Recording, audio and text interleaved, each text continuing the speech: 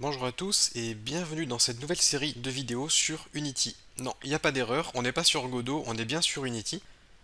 En réalité, ce que je vous propose, c'est une série de 6 vidéos dans laquelle je vais adapter un projet de jeu que j'ai développé sur Godot et je vais vous montrer comment l'adapter, le convertir à Unity. Et il s'agit d'un projet de gestion de parc d'attractions. On construit des bâtiments, on gère les ressources, un peu comme un roller coaster tycoon, et on va adapter ça à Unity au cours des 6 prochaines vidéos. L'idée, c'est qu'à l'issue de cette petite série, vous ayez un starter kit, vraiment quelque chose de très simple, un starter kit que vous allez pouvoir utiliser pour créer tous les jeux type gestion.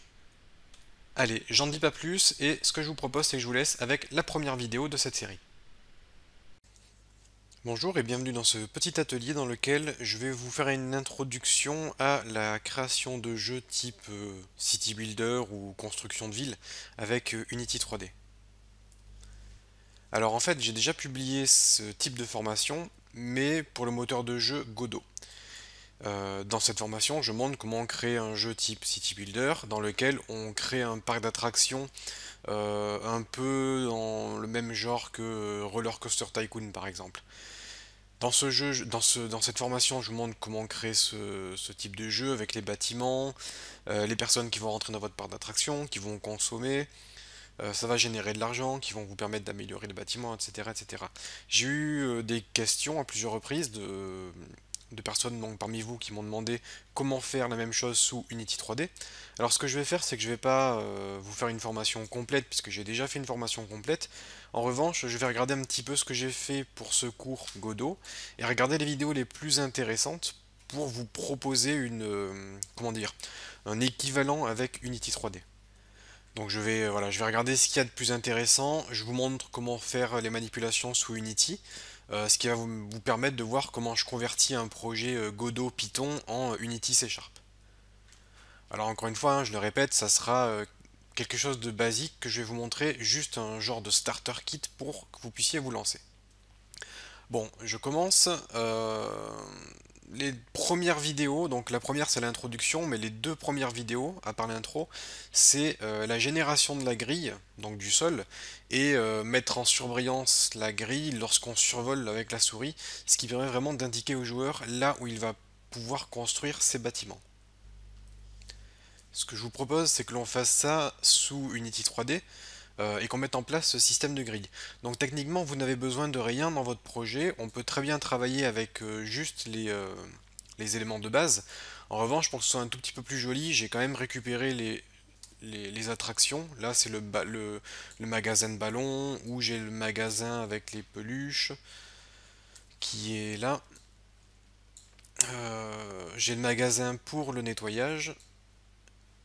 Donc moi je vais peut-être utiliser des bâtiments, mais vous pouvez vraiment suivre la formation juste avec des formes basiques, et c'est d'ailleurs ce que je vais vous montrer. Pour générer la grille, ce que je vais faire, c'est simplement 3D Object Quad. Voilà, ma grille, ça sera une grille de quad.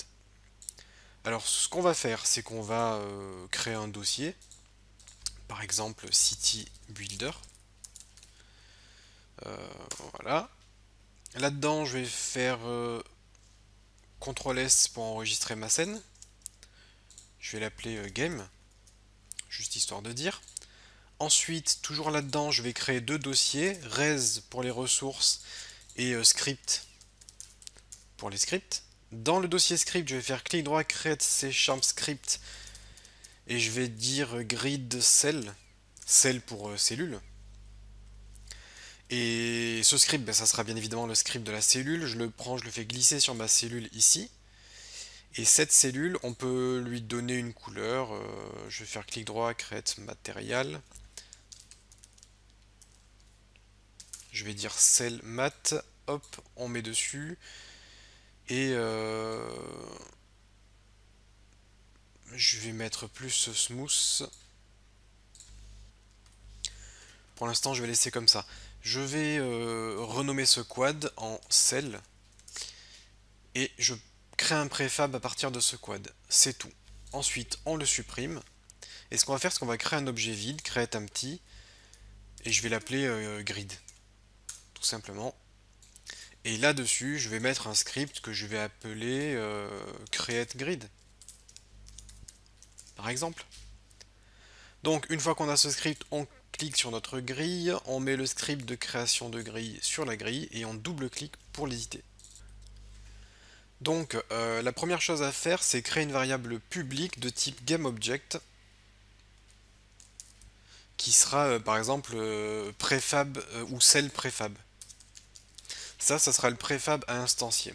Ensuite, une autre variable publique int grid size qui sera la taille de la grille que je vais définir à 10 par défaut.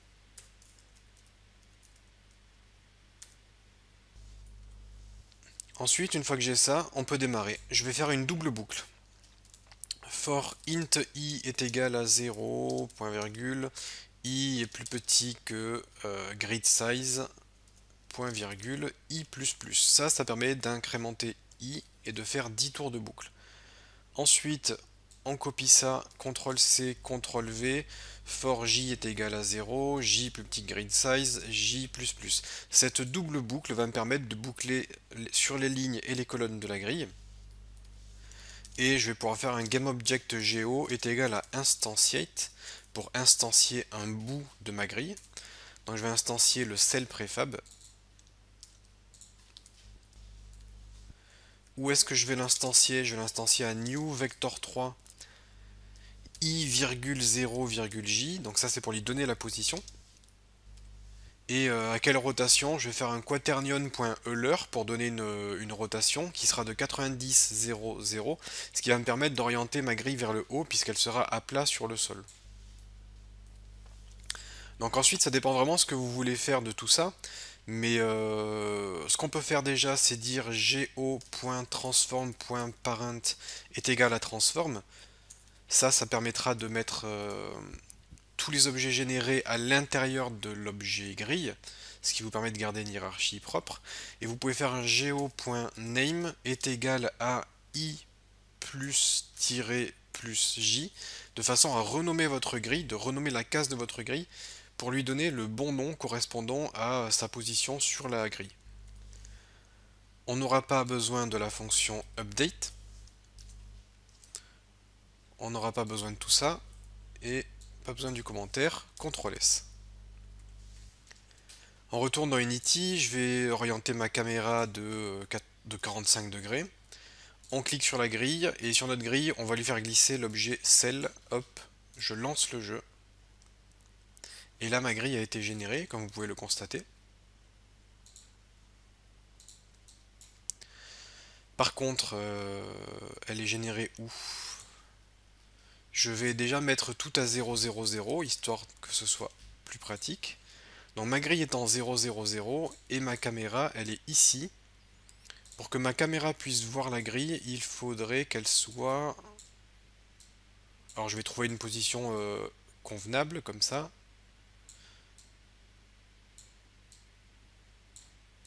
Voilà, disons que pour avoir une vue d'ensemble, il faudrait que je sois à peu près par là.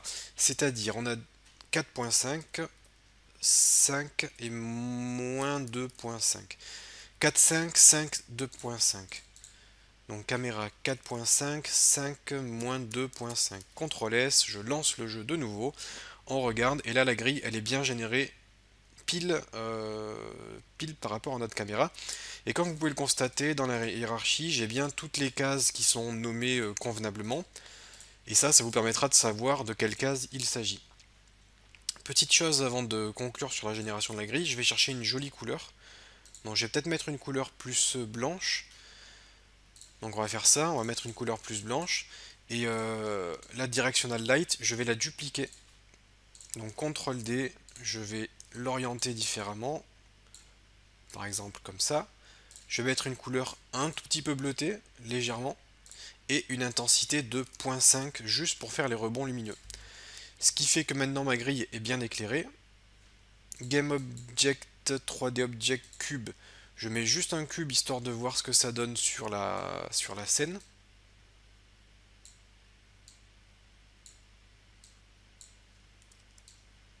Là ça me semble pas trop mal. Ici on a une face un peu sombre.